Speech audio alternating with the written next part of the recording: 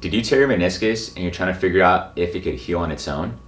We're going to go over this and other things that are associated with meniscus healing on their own in this video.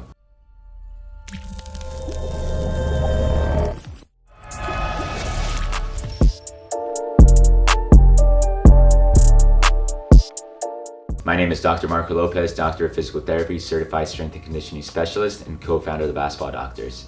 So if you've torn your meniscus, one of the most important things we got to decide first is, are we going to have surgery? Do we need to have surgery?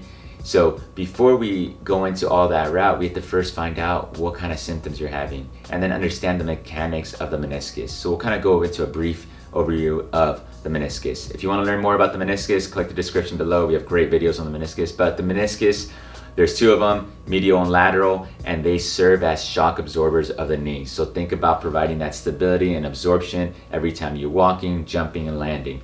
So whenever you tear these meniscus, there's two types of tears. We have the traumatic one where there's some kind of movement, and then we have the degenerative, as you get older, just wear and tear your meniscus. And the biggest thing is people always say, like, do I need to have surgery? And you'll see some people say, hey, I have a meniscus tear, I'm able to play sports. Other people are like, oh, I need to have surgery as soon as I can. It all depends on your symptoms. The reason why is the main symptom that we're looking for when it comes to meniscus tear is if you have any mechanical symptoms. If you have mechanical symptoms, they won't really heal on their own. So that's kind of like the quick answer. If you have mechanical symptoms, meaning your knee kind of locks up, you're moving and then you can't move it, that's because that meniscus tear is inside your joint causing that to lock up. If that's the case, then surgery is most likely recommended. And there's different types of surgeries. We have a great video down below, but I'll give you guys a quick overview. The most common one is a meniscectomy. The second one is a meniscus repair, the one that we like the most. The third one is a meniscus transplant. But when it comes to like deciding what type of surgery you use, you got to figure out where that tear was. If you think about a meniscus in a donut, the outer third is the most vascular, the most blood supply, the area that has the best availability to heal after surgery, versus the inner 2/3, they don't have as much blood supply, so a little harder to heal after surgery. But if you don't have any mechanical symptoms, and that's the thing we try to tell all of our clients, that if you don't have any mechanical symptoms, let's go the non-operation route and see how much we can progress you, because you'll be surprised how much you could progress and get back to your daily living with the torn meniscus. It's not the end of the world, but you'll always get an MRI and it'll still show a meniscus tear, but you won't have any symptoms. A lot of times you'll have pain initially, but then we calm down the pain and then we progress you to doing your activities that you want to get back to, playing basketball, running, jumping, and everything. However, there's some risk associated with the meniscus tears. As you guys know, that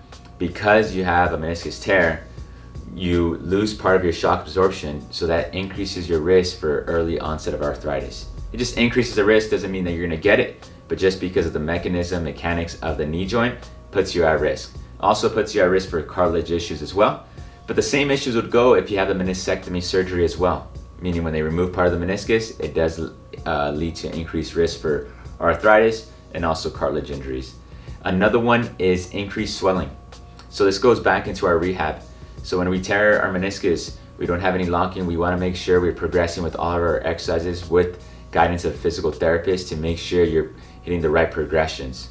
Because if you go too fast, too soon back to your sport, even though you have no pain, your knee might swell up, and that's because you're overloading the knee joint. The knee joint couldn't tolerate those activities. When it swells up, your knee hurts, it affects your range of motion, and you're back to square one. So make sure you're following physical therapy advice and treatment. So if you have any questions regarding physical therapy, send us a message and we can help you out. We work with athletes online as well. And the third one is, and this is also associated if you have surgery or not, is you run the risk of re-tearing your meniscus. So as we talked about, there's those traumatic meniscus tears, and then there's just wear and tear. Because you already have one piece of the meniscus torn, you might increase your risk for a bigger meniscus tear. But like I mentioned, these risks are also associated with you having surgery as well. But the main thing when it comes to this meniscus healing, we ask the people, find out if you have mechanical symptoms. If you don't have mechanical symptoms, you're in a really good path for you to not have surgery and for the meniscus to technically heal on its own, meaning you won't have any pain. You'll be able to go back to your functional activities. But if you do have that locking, then surgery is recommended. If you guys have any questions regarding meniscus tears, on how they heal, what you should be doing for rehab, Comment below, send us a message. And if you like this video, hit the like button, share button, and subscribe to our channel. We are the Basketball Doctors. Let's ball for life.